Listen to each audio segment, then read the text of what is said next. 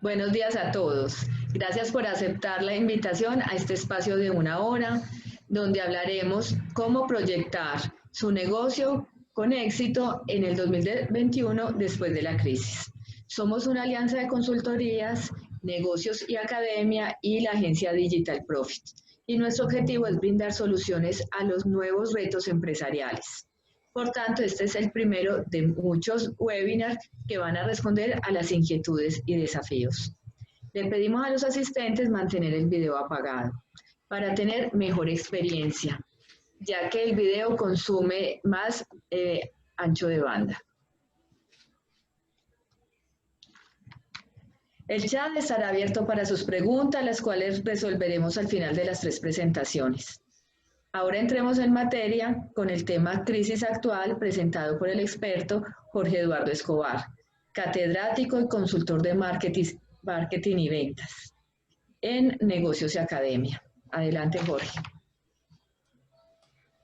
Muchas gracias, Silvia. Voy a ubicar aquí la presentación y damos inicio entonces a la... Okay. Muchas gracias por la invitación. Bienvenidos a todos. Vamos a hablar entonces un poquito del tema de la crisis que estamos viviendo frente a lo que es el reto de la planeación de nuestras empresas para el año 2021. Siempre ha habido crisis desde que la humanidad existe sobre la Tierra. Han habido momentos fáciles, han habido momentos difíciles. Eso hace parte entonces del discernir, eso hace parte de la vida del ser humano y hace parte del mundo empresarial. Hoy estamos entonces viviendo una crisis y debemos entonces proyectar nuestros negocios con éxito en el año 2021 después de que supuestamente pase esta pandemia. Inicio entonces mi comentario, inicio mi charla con las palabras de un sabio, de un científico que se llamaba Edward Lorenz. Él fue experto en el tema meteorológico, en la predicción meteorológica, pero también fue el padre de lo que se le conoce en el mundo, y sobre todo en el mundo pues, de los negocios, como la teoría del caos. Él hablaba, en sus palabras, decía que las alas de una mariposa producen pequeñísimos cambios en la atmósfera que pueden finalmente alterar el curso de un sistema tempestuoso, como el de un tornado, o demorar, acelerar o incluso prevenir la ocurrencia de un tornado en un determinado lugar. ¿Qué quería decir con esto? Quería decir con esto que un pequeño cambio, una pequeña alteración de un sistema en equilibrio puede generar un efecto tan catastrófico que crea un caos, se viene un momento impredecible, se vienen momentos de dificultad y se incrementan también lo que llamamos en planeación la dificultad en poder apreciar el riesgo, en la medición del riesgo y en la incertidumbre como tal. Con las palabras de Edward Lorenz, entonces, es importante tener en claro que esta crisis, de las muchas que ha habido, sobre todo en el siglo XX, como vamos a ver adelante, esta crisis, como cualquier crisis, primero es un hecho que genera cambios negativos. Las crisis en todas vienen entonces con un impacto negativo, se generan situaciones bastante complicadas, hay unas grandes dosis de inestabilidad y durante los procesos, pues el efecto de la inestabilidad es bien notorio y hay que aprenderlo a manejar. Es una situación negativa también en la cual la economía se ve afectada y obviamente se afectan las principales variables económicas. Se afectan, además de las variables económicas, se afectan las grandes variables que demarcan los mercados. Y sobre todo que es un proceso que se va incrementando a medida que va pasando el tiempo. La crisis puede empezar con pequeños con pequeñas afectaciones. El COVID empezó con alguno que otro infectado que presentaba un cuadro gripal, que presentaba un cuadro de infección, hasta que se vuelve entonces en una infección de grandes masas, de tener un gran porcentaje de población diario infectado. Tal cual pasa con las crisis, y en la parte económica, pues al principio empieza a afectar determinados indicadores, se afecta entonces el consumo, se puede afectar el ahorro, pero después se va creando un efecto consolidado que crea un impacto muy grande, de una magnitud que a veces, o la mayoría de las veces, se vuelve impredecible. Hablaba entonces de que en la humanidad, en la historia, y especialmente en la historia del siglo XX, hubo varias crisis. A todos creo que nos tocó vivirlas, exceptuando una pues, que se dio a principios del siglo XX, que fue el famoso Martes Negro, donde la bolsa de Nueva York en menos de 24 horas prácticamente se reventó, se quebró, la tuvieron que cerrar, y el mundo entró en una crisis económica que se llama el Gran Crash o la Gran Depresión. Por prácticamente 10 años la economía del mundo estuvo parada, el consumo prácticamente cayó a niveles de cero, y lógicamente que las empresas, el mundo empresarial sufrió como nunca antes se había visto, y se vino a nivel social las grandes hambrunas y las grandes pobrezas. Pero como decía antes, también fueron las grandes oportunidades para muchas personas, que la historia después nos ha contado quiénes, sobre todo en los Estados Unidos. Hacia 1973 hubo otra crisis muy fuerte, que fue la crisis petrolera. El famoso cartel de petróleo, configurado por los países de la OPEP, casi todos países en ese momento del Medio Oriente, pues tuvieron un momento de crisis productiva, y hubo un momento en el cual entonces se cayó la oferta de petróleo, y el petróleo cambió dramáticamente de precio por galón. Pudo haber estado en un precio normal de 5 o 6 dólares, ahí fluctuaba, en menos de 24 horas disparase en el nivel de los 16, 17 dólares. ¿Qué sucedió con esta crisis? Obviamente los países árabes y los países grandes productores de petróleo, los miembros del cartel de la OPEP, pues se volvieron en los grandes millonarios, en los ganadores de la crisis. Surge el cuento del petrodólar, etcétera, pero los países en vías de desarrollo, como el nuestro, les tocó sufrir mucho, porque en ese momento eran la mayoría importadores de petróleo. Entonces es un compromiso de dinero el doble o el triple para poder importar la misma cantidad de petróleo que se venía trayendo necesaria para su desarrollo. La más cercana es la crisis económica del 2008. La crisis económica del 2008 es una crisis que empieza en los Estados Unidos, y donde más duro golpeó, y que se dio a raíz de que los bancos empezaron a hacer préstamos de dinero para que la gente comprara propiedad sin ningún tipo de respaldo. No preguntaban si quiere usted con qué va a respaldar el préstamo, si tiene con qué o no tiene con qué respaldarlo. El hecho fue entonces que se prestó dinero, y de un momento para otro, cuando hubo necesidad de cobrarlo, ya no había con qué pagarlo. Esa burbuja estalló, y la economía americana entró en crisis, y obviamente se nos repercutió. Ese efecto mariposa nos volvió y nos pegó. Hoy estamos al frente de otra crisis. Tenemos también entonces, con respecto a las crisis, tenemos entonces algo importante. Las crisis tienen unas características que en nuestro proceso de planeación las vamos a tener que tener muy en cuenta. Tenemos una característica sorpresa, o sea, las crisis nunca anuncian su llegada. De un momento para otro empiezan a darse signos de algo que está pasando. A veces son signos muy bajos, son signos muy leves, que se van agravando con el paso de las horas, con el paso de los días. El COVID empezó así, empezó con una gripa en el Asia, en Wuhan, en la China, la gente no le paró muchas bolas, la gente no pensó que eso iba a ser lo que ha sido hoy y se fue propagando por el mundo. Cada día que pasaba eran más los afectados. Entonces fue un efecto sorpresa. Nadie estaba esperando que nos apareciera un virus de este tipo. Ni los anteriores virus lo avisaron. La gripe española tampoco avisó por allá en 1918 que iba a aparecer. Otro elemento importante, como son sorpresa, como yo no estoy esperando, pues obviamente me coge con una carencia de información y me coge en sorpresa completamente. O sea, hay una sorpresa y es una falta de información la que se genera a raíz de esa sorpresa.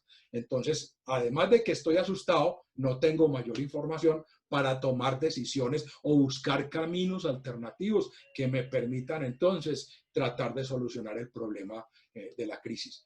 Obviamente traen efectos secundarios, ahora les mencionaba entonces cómo ya tenemos efectos secundarios sumamente claros, unos en la demanda, otros en la economía y otros en la misma empresa, y efectos secundarios bastante duros, bastante graves.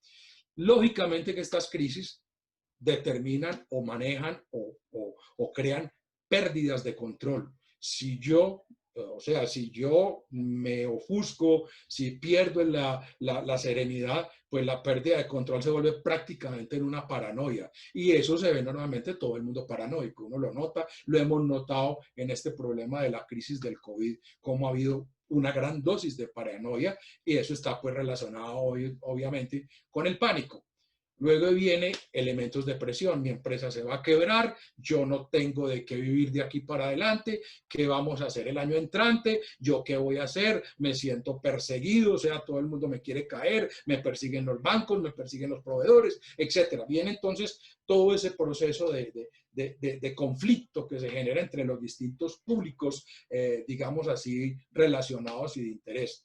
Y entonces viene una cosa importante y es que se crea una especie de foco de atención, digámoslo, un poco maligno. O sea, yo como que empiezo a abandonar todo, a nivel de empresa, yo como que empiezo a abandonar toda una cantidad de aspectos del recurso normal, de la administración normal, de la gerencia normal de mi empresa, para centrarme no más que en la crisis y se me vuelve prácticamente el pan del día entero. Crisis por aquí, crisis por allá, y eso hace que yo pierda, que baje armas, que baje escudos y que baje una cantidad de elementos que me permiten planear el futuro normal de la empresa. Entonces se crea ese foco de atención en la crisis como tal y si yo me descuido, ahí me quedo metido en ese torbellino que genera la crisis como tal.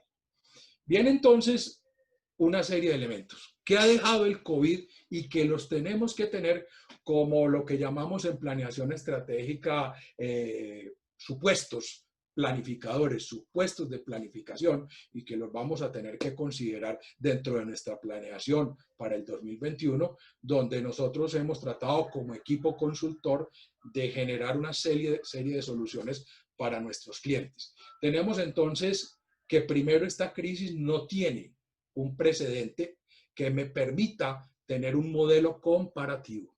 Entonces, se ha tratado de explicar, por ejemplo, los efectos de las crisis de salud anteriores. Les hablaba ahora de la pandemia de 1919, 18, 19. Fue una cosa totalmente distinta. Claro, 50 millones de muertos en Europa, pero entiendan muy bien que las condiciones de hace un siglo eran muy distintas a las de hoy en día. Uno de los problemas graves de la pandemia que actualmente estamos viviendo es la comunicación y sobre todo la facilidad de desplazamiento entre países a través del desarrollo de la aeronáutica. En aquella época los viajes interoceánicos o interoceánicos eran en barco, o sea, para que una crisis de esa llegara a América, pues se tenía que meter 20 días, un mes o más. Entonces, un elemento importante a tener en cuenta ahí.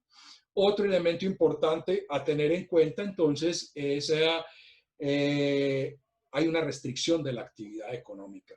No solamente mía como empresa, obvio, en este momento muchas empresas están insolventes. La crisis se ha comido mucha parte del capital. La crisis me ha hecho meter a mí en una cantidad de deudas que antes no la tenía. La deuda, por ejemplo, con el personal de apoyo de mi empresa, la deuda salarial.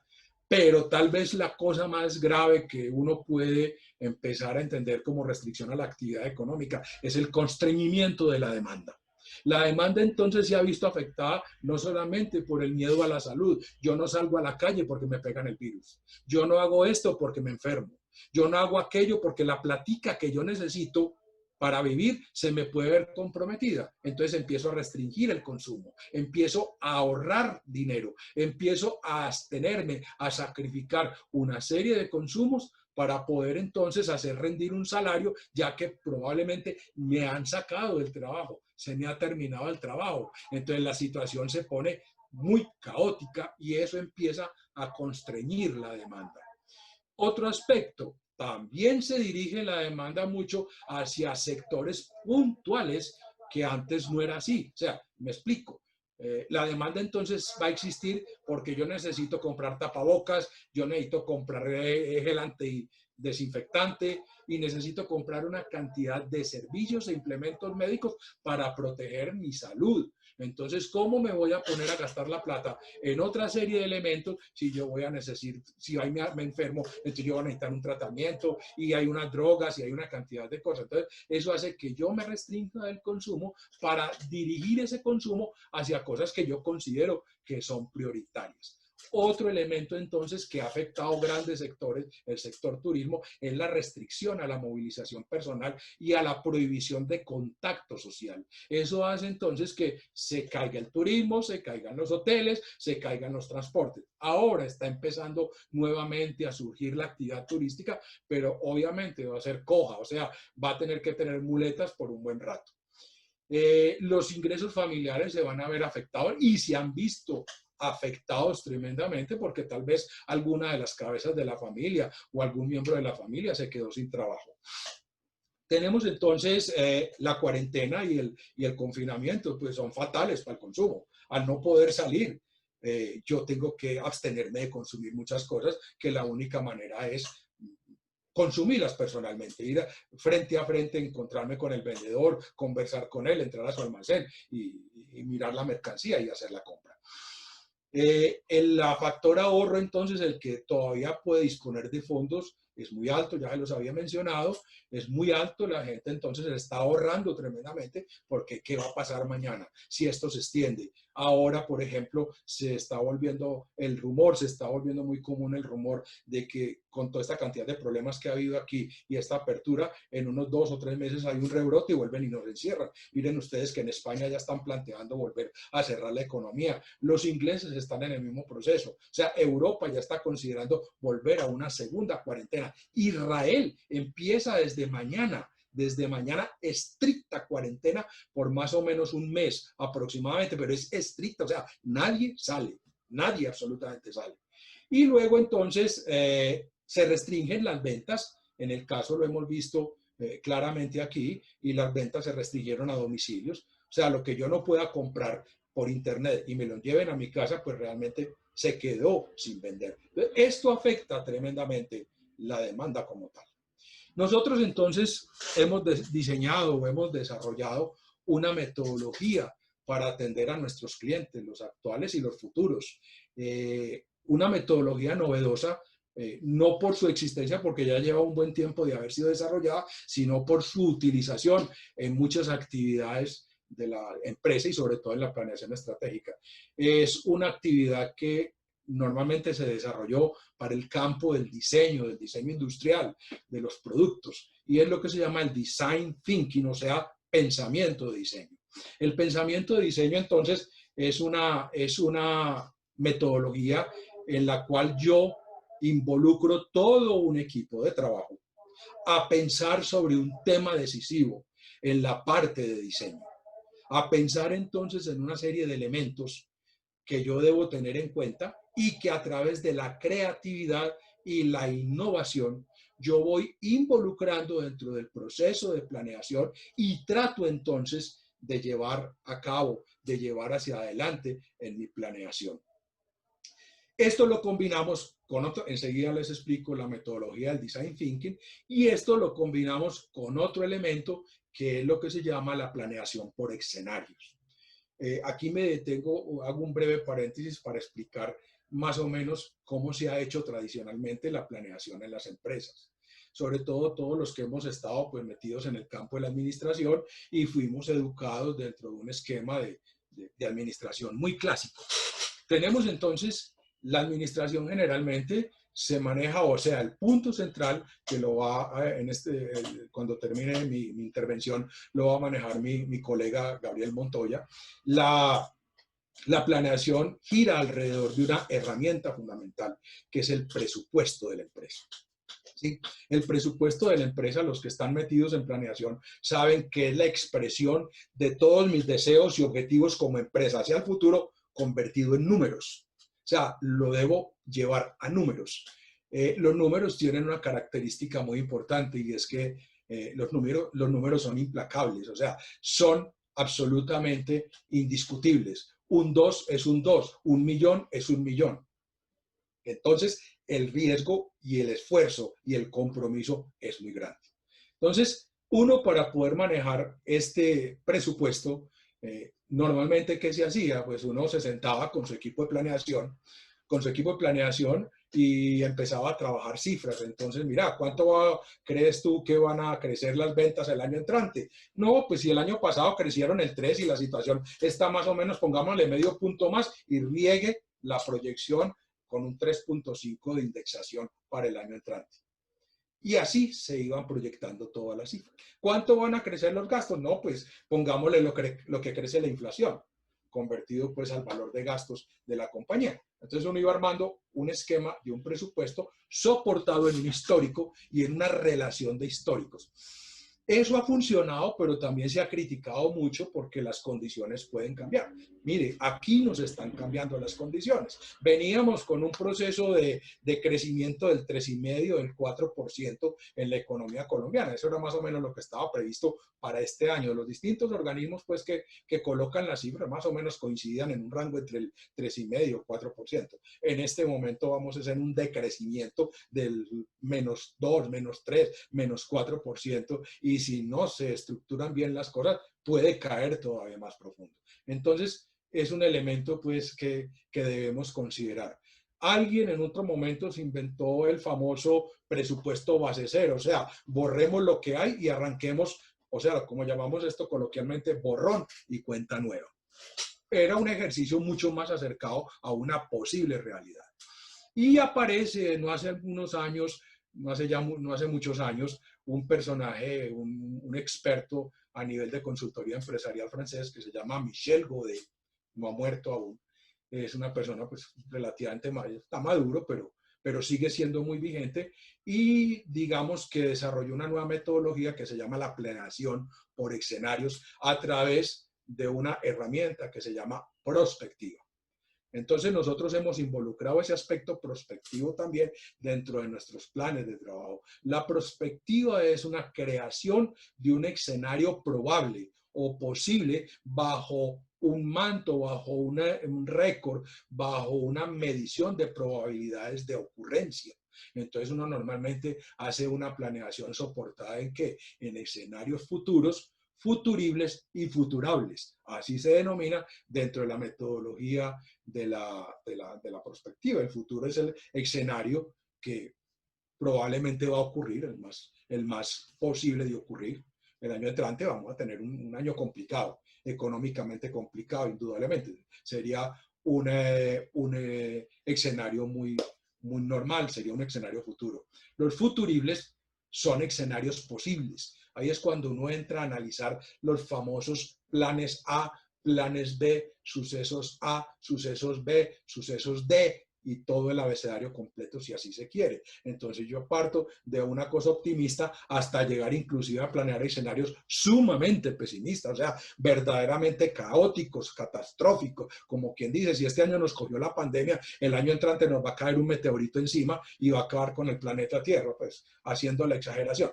Eso es un trabajo por escenarios y viene entonces este nuevo tema que se está empezando a utilizar con mucho éxito en las empresas que se llama el diseño de pensamiento, el design thinking, en el cual, igual que en la prospectiva, se hace un trabajo de equipo, se crean unos equipos obviamente entre los planes directivos, eso no quiere decir que excluya gente. Yo puedo inclusive meter dentro de estos equipos gente de la base de la empresa, de los puestos, de los cargos más de base. Los puedo meter perfectamente. Todo el mundo tiene algo interesante que aportar. Entonces, este sistema, ¿cómo funciona? Montando unos buenos equipos de trabajo, montando toda una dinámica de cooperación, de trabajo en equipo, yo lo primero que hago es analizar el problema, entender cuál es el problema que debo asumir. En este momento tenemos que entender entonces qué vamos a hacer como empresa frente al desempeño de los mercados el año entrante. Mucha gente dice que ya resolvió el problema metiéndose no tanto, adaptando la respuesta digital a sus empresas. Sí, lo han hecho y lo han hecho con éxito, pero también se escuchan voces, perdóneme, lo hago entre comillas, se escuchan voces de decir que hay mucha gente que dice que ya está cansado de lo digital, que está cansado de Internet. O sea, encontramos de todo en la feria, desde lo que me conviene hasta lo que no me conviene. Entonces, esa es una forma de tratar de entender un problema que se viene. Digamos que lo digital es una respuesta, pero no todo lo digital es una respuesta. Detrás de lo digital hay una conciencia, hay un desempeño humano que muchas veces ni siquiera se entiende a través de un computador. Lo tenemos que entender con interacción entre seres humanos. Entonces, debemos en un primer paso entender el problema. Estos son unos talleres dirigidos. Nosotros tenemos una planeación de talleres dirigidos para lograr desarrollar este design thinking. Un segundo elemento es, ya tengo entendido dónde está el problema. Ahora, debo definir puntualmente cuál es el problema a resolver. Por ejemplo, mi problema es cómo se va a comportar mi segmento de clientes en el año entrante y en las distintas etapas del año entrante. Si yo soy, por ejemplo, una empresa que tengo una visión de temporada. Yo estoy metido entre un producto de temporada. Entonces yo tengo una temporada escolar, una de madres, tengo una de padres, tengo un día de amor y amistad, etc. Entonces debo definir el problema y empezar a documentarme sobre ese problema, a buscar información al máximo sobre ese problema, cómo es, cómo ha sido y cómo posiblemente se puede manejar hacia el futuro. Ahí es donde viene entonces en este tercer paso, en idear, vienen las soluciones a través de la creatividad y de la innovación.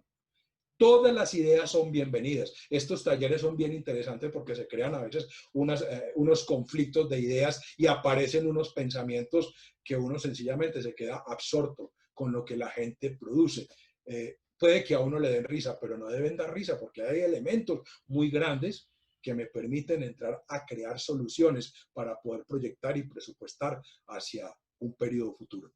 Luego entonces de que yo tengo todos estos tres pasos evacuados, viene lo que se llama la prototipación o creación del prototipo. Yo planteo una solución o planteo el escenario posible de planeación estratégica para el 2021, ya con todo lo que yo he hecho entre el paso 1 y el paso 3. Luego viene entonces el prototipo, luego entonces lo debo probar. Dentro de lo que es la metodología de las startups, que es con la que hoy se llevan los procesos de emprendimiento, aparece el proceso de la verificación de producto mínimo viable. Eso es una verificación de prototipo, en donde yo a través de un algoritmo entro a internet, coloco mi producto y chequeo la aceptación, la visión y el gusto que los asistentes pueden tener frente a ese probable producto que voy a sacar al mercado. Cuando ya tengo todo ese chequeo listo, pues yo presento una solución. Y esa solución es la que yo voy a adoptar en mis planes, en mis programas de planeación estratégica y busco entonces compatibilizar una cantidad de elementos como tecnología, conocimiento y las mismas capacidades de mi equipo humano de trabajo para poder llegar a plantear realmente un buen presupuesto, una buena actividad hacia el año entrante y tratar de minimizar esa incertidumbre y esos riesgos. Estamos gustosos en dar mayor información alrededor de estos temas. Obviamente el tiempo no nos permite avanzar más. Esto es una cosa bien apasionante. Le agradezco la atención a todos los que están presentes y conectados y cualquier cosa que se requiera, pues con mucho gusto tendré la posibilidad de ayudarles. Muchas gracias. Gracias, Jorge, por tu presentación. Ahora seguimos con presupuesto 2021 con el experto Gabriel Montoya, catedrático y consultor de finanzas en negocios y academia.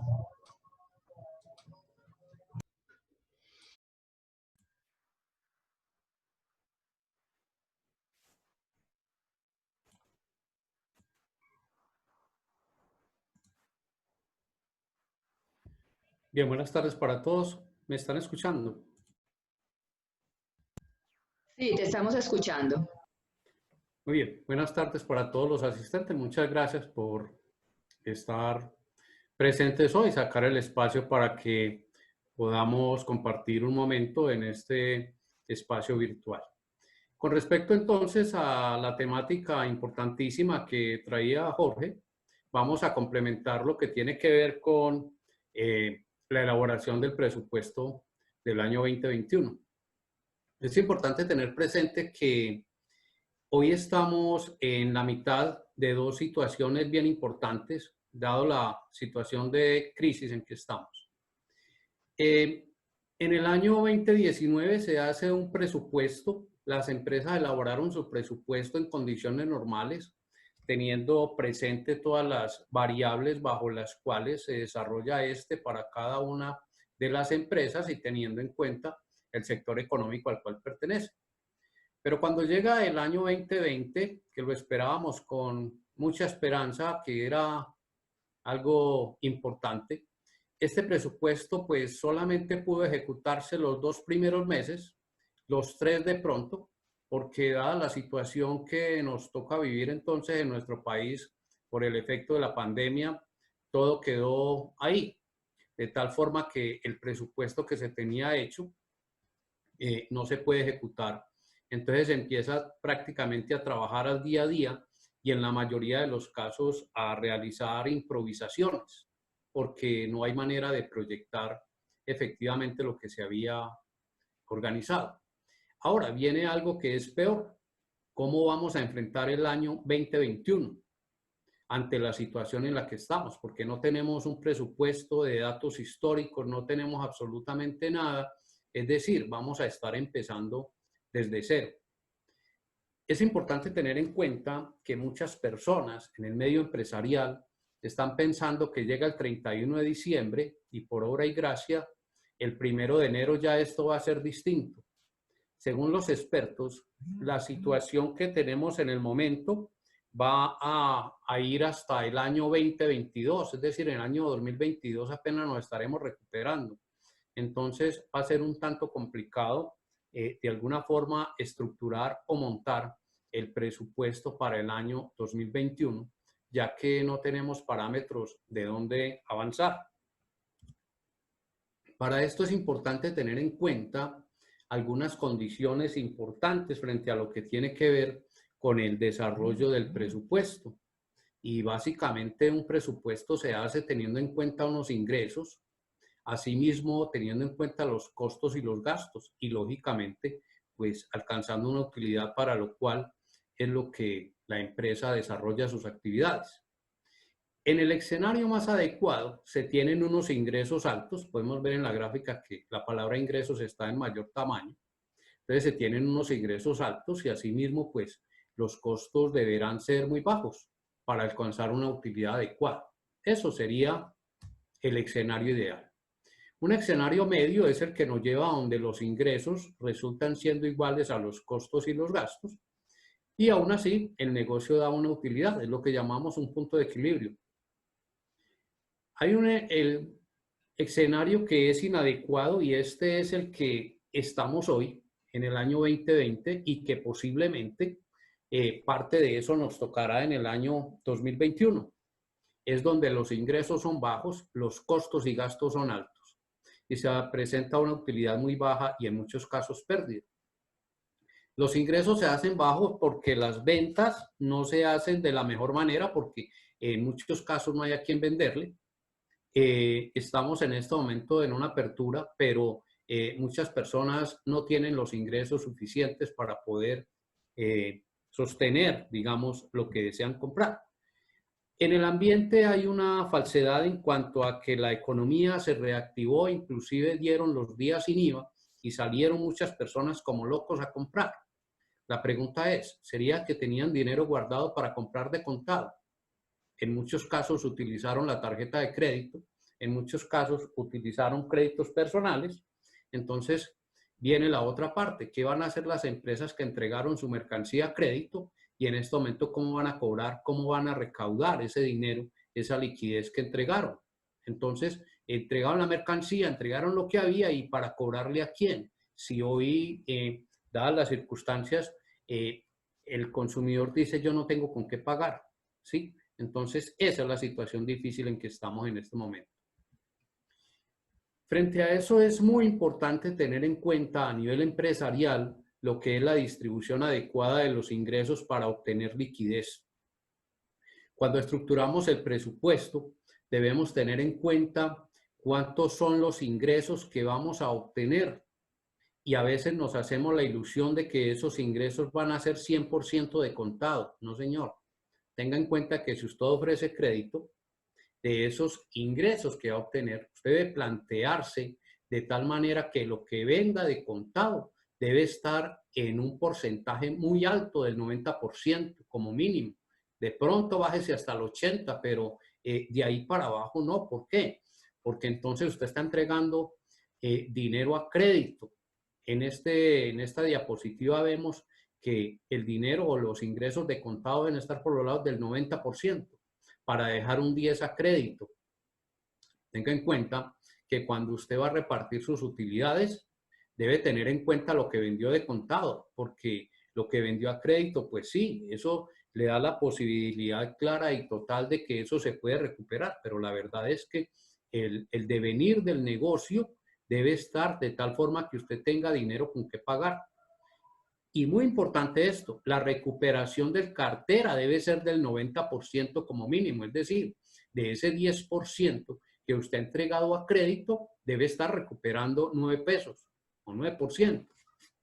Entonces, cuide todo lo que tiene que ver con la parte del crédito. No abra el crédito de una manera desaforada. ¿Por qué? Porque es que el mercado no tiene mucha forma para responderle a esa exigencia o a esa posibilidad de pago.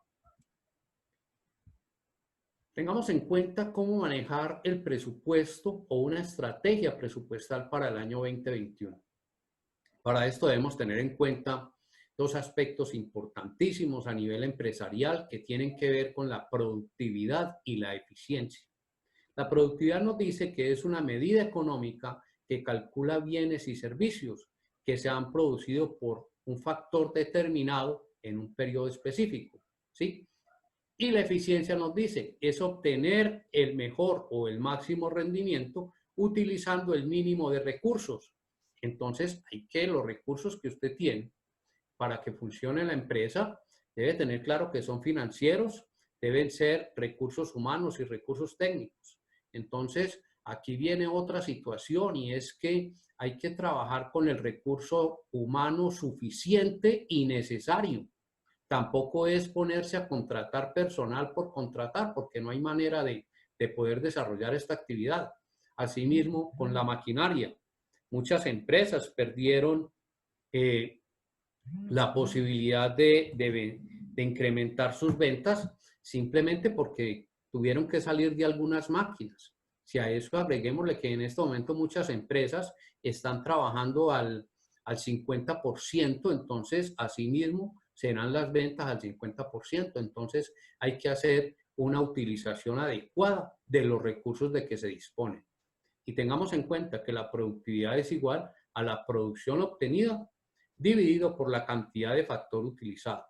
Esto es bien interesante tenerlo en cuenta y máxime hoy ante la situación que estamos, debemos utilizar cada día de la mejor manera los recursos de los cuales disponemos. No podemos nunca olvidarnos de la situación económica. ¿Sí? Nosotros tenemos que mirar la globalidad, cómo está el país para poder determinar nuestro presupuesto. Nosotros no podemos meternos en una cláusula empresarial y decir, aquí estoy metido en esta cápsula y no me interesa lo que pasa afuera. Tengamos en cuenta estas cifras para poder desarrollar un presupuesto que sea viable, que sea adecuado. Una cosa es pensar el optimista y otra cosa es ser pesimista, pero hay que manejar un término medio. Por ejemplo, ¿qué nos dice? El Producto Interno Bruto, o sea, lo que tiene que ver cómo se va desarrollando el manejo económico. Dice que en el año 2019 creció entre un 3.3% y 3.5%. Y al año 2020, al mes de junio, decreció en un 15%. Esto es una cifra abismal, ¿sí? Entonces, en ese sentido y en las mejores esperanzas de la situación económica del país, se espera que se recupere de aquí a diciembre, pero nos dice que la recuperación puede demorarse 2 años. Entonces hay que tener en cuenta esta parte importantísima para poder definir entonces lo que tiene que ver con el presupuesto que vamos a elaborar. Asimismo hay que tener en cuenta la tasa de desempleo. Veníamos en el año 2018 con una tasa de desempleo del 9.7%. En el año 2019 estuvo en el 10.5%, estuvo muy cercano, aunque se incrementó. Pero miremos esta cifra tan preocupante. A julio de 2020 está la tasa de desempleo en el 20.2%. O sea, estamos en el doble del año pasado y apenas vamos por la mitad según esta información. Entonces, es que ya abrieron la economía, esto ya se va a recuperar. Sí, pero no esperemos que la tasa de desempleo vaya a bajar al mismo índice que estaba el año anterior. Eso es increíble, eso no va a dar. Asimismo, hay que tener en cuenta la capacidad de compra del consumidor final. Eso es un círculo. Si no hay empleo, entonces no hay capacidad de compra de las personas. Por lo tanto, las empresas tampoco tendrán mucho que vender. Entonces, no hay que hacerse unos presupuestos por allá soñados donde las cosas posiblemente no van a alcanzarse. No hay que olvidarse, por ejemplo, del índice de precios al consumidor o el IPC. En el año 2019 se hablaba de un 3.8%. Para agosto de 2020 dice que disminuyó. Entonces, viendo esa cifra de alguna manera, nos dice que el acumulado del año será 1.12. Ojo, esto no es que se haya atacado la inflación, no, al contrario. Ha reducido porque realmente el consumidor final no tiene con qué comprar, no tiene dinero. ¿Por qué? Porque muchos de ellos perdieron los empleos. Dentro de la canasta familiar está la educación y las universidades, las instituciones educativas rebajaron sus matrículas a mitad de precio. Hoy el Estado también dio matrículas gratis, ¿sí? También el Estado entró a subsidiar parte de la canasta familiar a muchos sectores de la economía. Entonces, esto no es que se esté mejorando la economía, la situación está un tanto complicada, entonces es importante tenerla en cuenta para el momento de hacer el presupuesto para el año 2021. Y también hay que tener en cuenta lo que se refiere a la tasa de cambio. Para marzo de 2022 estaba en 4.079 pesos el dólar. Hoy, 23 de septiembre, está en 3.813 pesos. Esto es importante tenerlo en cuenta para aquellas empresas que compran, importan mercancía o para quienes exportan. Ya para finalizar, es importante que tengamos en cuenta lo siguiente. Hay que realizar alianzas estratégicas ganadoras. Hay que juntarse con empresas para poder enfrentar la situación. Haga seguimiento periódico al presupuesto. Esto se convierte en que hay que llevar cuentas cada mes, cómo se está generando los ingresos, qué está pasando con los gastos, ¿sí? Al mismo tiempo, hay que hacer una evaluación de la ejecución utilizando indicadores. Los indicadores financieros se convierten en una herramienta importantísima en este tiempo para hacerle seguimiento al presupuesto y a ver cómo va generándose la empresa y tomar decisiones oportunamente. También es muy importante contratar expertos que le asesoren en su labor. Uno dentro de la empresa todos los días ve lo mismo, todos los días pasa igual y se le convierte todo en un paisaje. Hay que traer gente externa, hay que traer personas externas que conozcan la situación y nos den la posibilidad de poder enfrentar un cambio. No es lo mismo el que está afuera y ve de adentro que ver de adentro hacia afuera. Entonces hay que ayudarse de las personas que conocen. Y esto ayuda también a dar tranquilidad. Cuide siempre la liquidez, no se quede sin efectivo, era lo que les estaba diciendo hace un momento. Tengan en cuenta que vender a crédito en este momento no es vender. Entonces hay que manejar muy bien los créditos que se da a los clientes. Lleve a cabo reingeniería si es necesario. Tenga en cuenta que debe trabajar con el personal adecuado, con lo estrictamente necesario. Utilice adecuadamente su maquinaria, utilice adecuadamente sus recursos financieros y no se exceda en créditos con los clientes, es lo que les estaba diciendo en la anterior. Y maneje bien sus préstamos bancarios, ¿sí? Los bancos son los que mejor favorecidos salieron de esta situación. ¿Por qué? Porque ellos le están dando la posibilidad de que usted pueda aplazar la deuda, pero no le están diciendo, le vamos a perdonar el 30%, el 40% de su deuda. No, ellos siguen igual. Entonces maneje bien su crédito. Muy bien. Con esto entonces quería contarle lo que tiene que ver con la parte presupuestal. Muchas gracias por la atención y por haber estado en este espacio el día de hoy. Muchas gracias, Gabriel. Finalizamos con Planifica tu estrategia digital por el experto Álvaro Peña, consultor de marketing de la agencia Digital Profits. Ok, bueno, muy buenos días a todos. Vamos a hablar entonces sobre el tema de la estrategia de marketing digital para las empresas. Déjenme, yo comparto entonces la presentación.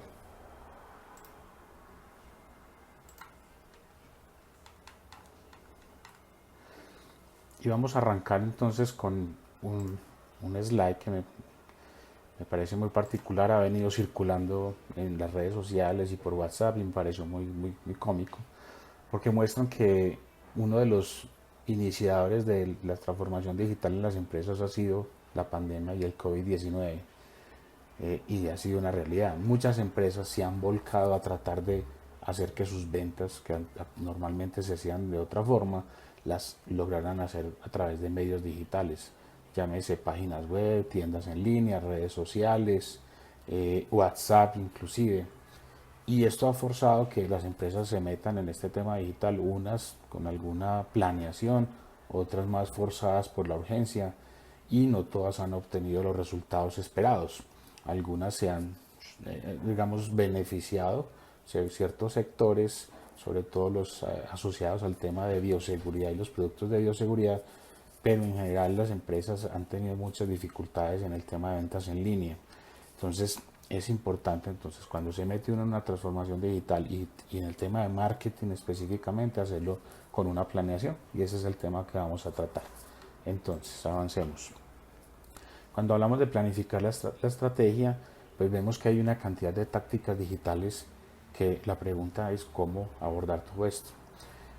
Para meternos en la estrategia, miremos el panorama digital. Son tantas tácticas digitales, y este es el mapa, digamos, el metro digital, donde vemos que hay muchas tácticas. El sitio web que está en rojo, las campañas de pago aquí en verde, las redes sociales en azul, el email marketing aquí en naranja, los contenidos aquí en un verde y azul. Y bueno, y todas las tácticas, muchas empresas las abarcan de forma independiente, pero lo que podemos ver es que hay una cantidad de puntos de contacto entre ellas que son vitales y que hacen que coja, que tenga razón de ser, que la estrategia no puede ser con tácticas independientes. Todas las tácticas deben trabajar en forma unificada para lograr unos objetivos de negocio. Entonces lo que vamos a mirar ya en detalle es sobre la estrategia. ¿Qué es importante resaltar acá? El corazón de la estrategia siempre es el sitio web, sea una tienda en línea o no, sea un negocio B2B o B2C, siempre el corazón de la estrategia será el sitio web, donde nuestro embudo de ventas se cierra y se generan los prospectos o la mayor cantidad de prospectos. Entonces, para hablar del plan de mercado digital, hay que devolvernos a la planeación estratégica. La planeación es un ejercicio que las empresas deben ejecutar mínimo una vez al año. Hay quienes lo hacen cada 6 meses. Se corren unos procesos, salen unos entregables. Uno de ellos es el plan de marketing digital. Y el plan de marketing digital, el plan de mercadeo. Y el plan de mercadeo incluye una cantidad de elementos de análisis del mercado, de la competencia, el DOFA, miran los objetivos del plan que deben ir alineados a los objetivos estratégicos de la empresa. Hay una mezcla de mercadeo de las 4 P's que ya se hablan de 7, hay unas estrategias y unos planes de acción y se definen unos indicadores para ese plan.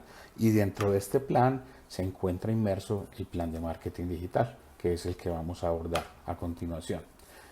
Normalmente los planes de marketing digital arrancan desde los objetivos clave. Nosotros nos vamos a devolver un paso más y los invitamos a ustedes en sus empresas a que hagan una revisión de quién es el perfil de nuestro comprador. O sea, el buyer persona o el cliente objetivo es la persona a la que nos debemos dirigir y es la que está dispuesta a pagar o comprar nuestros productos y servicios. Lo importante es personificar ese cliente, ponerle un nombre, ponerle hasta un género, un sexo, si es masculino o femenino, y no solo hacer la segmentación desde el punto de vista demográfico, sino también a través de comportamientos, de identificadores, conocer cuáles son las metas y los retos de ese segmento, de ese buyer persona, y definir cómo desde mis productos o servicios yo puedo ayudar a lograr los retos o a cumplir las metas. Ese es el tema que nos da la pauta para definir qué contenidos desde mis productos puedo generar que son de interés y de valor para este segmento. Y tendré que hacer cuantos segmentos tengan mis productos o servicios, personificar todos los segmentos que mis productos apliquen. Los objetivos clave del negocio desde la óptica digital, pues obviamente tienen que responder a los objetivos de mercadeo y a su vez a los objetivos estratégicos del negocio.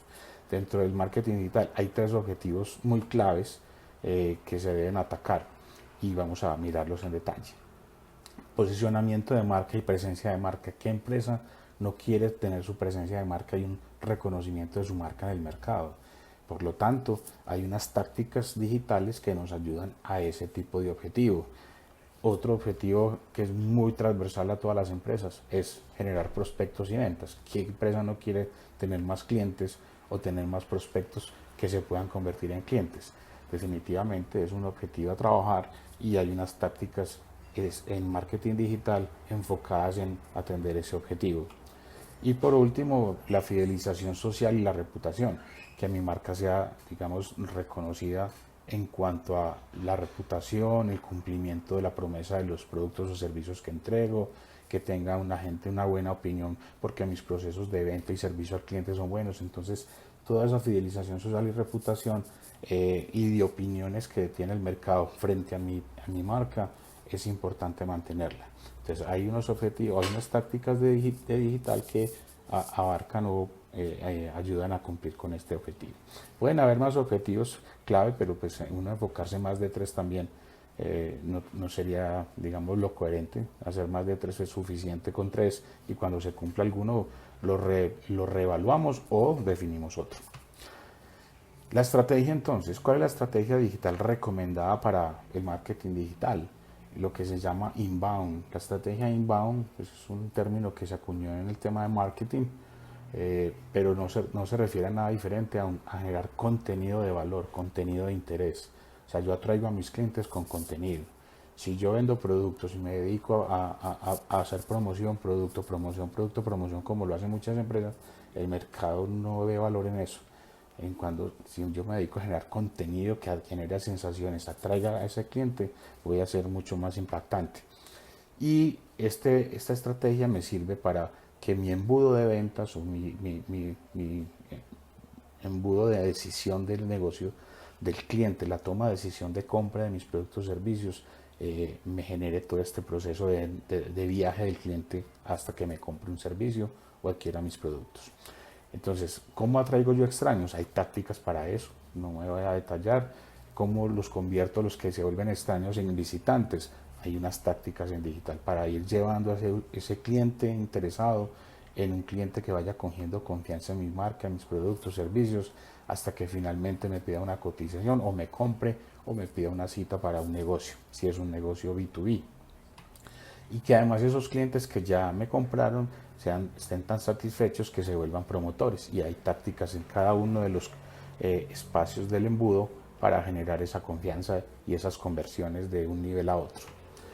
Muy bien, entonces ya tengo definida la estrategia. Ahora, ¿cómo la voy a implementar? Pues dependiendo de los objetivos que yo quiera trabajar, pues hago una selección de todas las tácticas digitales disponibles, páginas web, tiendas en línea, hago campañas de pago por clic, genero contenidos en un blog, hago video, que es muy importante, hago email marketing para estar en comunicación con las bases de datos que tengo a nivel de clientes y prospectos, etcétera. Redes sociales, definitivamente, y medir, hay que estar midiendo. Entonces, de ese pool de tácticas que se seleccionan para el plan, hay que hacer un plan de implementación, o al menos un cronograma mínimo a un año, donde yo diga qué tácticas voy a trabajar, con qué frecuencia, con qué intensidad, durante cuánto tiempo, si son permanentes o son puntuales, porque esto se genera como resultado la inversión que vamos a realizar en nuestro presupuesto para la estrategia digital. Y ya teniendo, digamos, todo el cronograma, tenemos los objetivos, la estrategia, vamos a implementarla, tenemos un cronograma, cómo vamos a medir. Lo ideal es hacer un tablero de control, o sea, establecer ya con esas metas y con esos objetivos unos indicadores y unos valores esperados. Entonces voy a estar midiendo mínimo mes a mes cómo esa estrategia digital se va a ir ejecutando. Esto lo lleva a unas tablas de Excel, puedo generar incluso informes gráficos y va a ser mucho más fácil hacer seguimiento. La ventaja en digital es que todo se puede medir, todo se puede analizar y esto me da, digamos, la potestad de seguir haciendo lo que me está funcionando y reemplazar lo que no tiene tan buenos resultados en las tácticas que haya seleccionado. Y por último, para cerrar, vamos a mirar cómo es el retorno de la inversión en digital. Entonces, esto es un ejemplo. Si mi estrategia es de inbound marketing con el embudo de decisión del cliente, supongamos que tenemos una empresa cuyo ingreso promedio por cliente son 104.000 pesos y ese cliente hace recompra 12 veces al año, o sea, una vez al mes. Supongamos esto un gimnasio que quiere que sus usuarios se queden todo un año con ellos y paguen las mensualidades. Entonces, ese gimnasio se pone como objetivo traer 30 clientes desde la estrategia digital nuevos cada mes. Entonces, 30 clientes que se traigan en un mes, la empresa nos dice, yo tengo una efectividad de un 20%, yo presento 10 ofertas y cierro 2, o sea que mi porcentaje de conversión de un contacto a un cliente es el 20%. Entonces me puedo devolver de este indicador a 150 contactos y ya una estadística que tenemos en digital es que para que un cliente esté dispuesto a dejarme sus datos personales o se contacte conmigo para dejarme sus datos personales es el 1% de todos mis contactos. Entonces esto quiere decir que en ese embudo o en mis propiedades digitales yo tengo que generar 15.000 visitas a mis propiedades digitales al mes. Y ahí es donde yo tengo que mirar con qué intensidad muevo todas mis tácticas digitales para conseguir estos 30 clientes.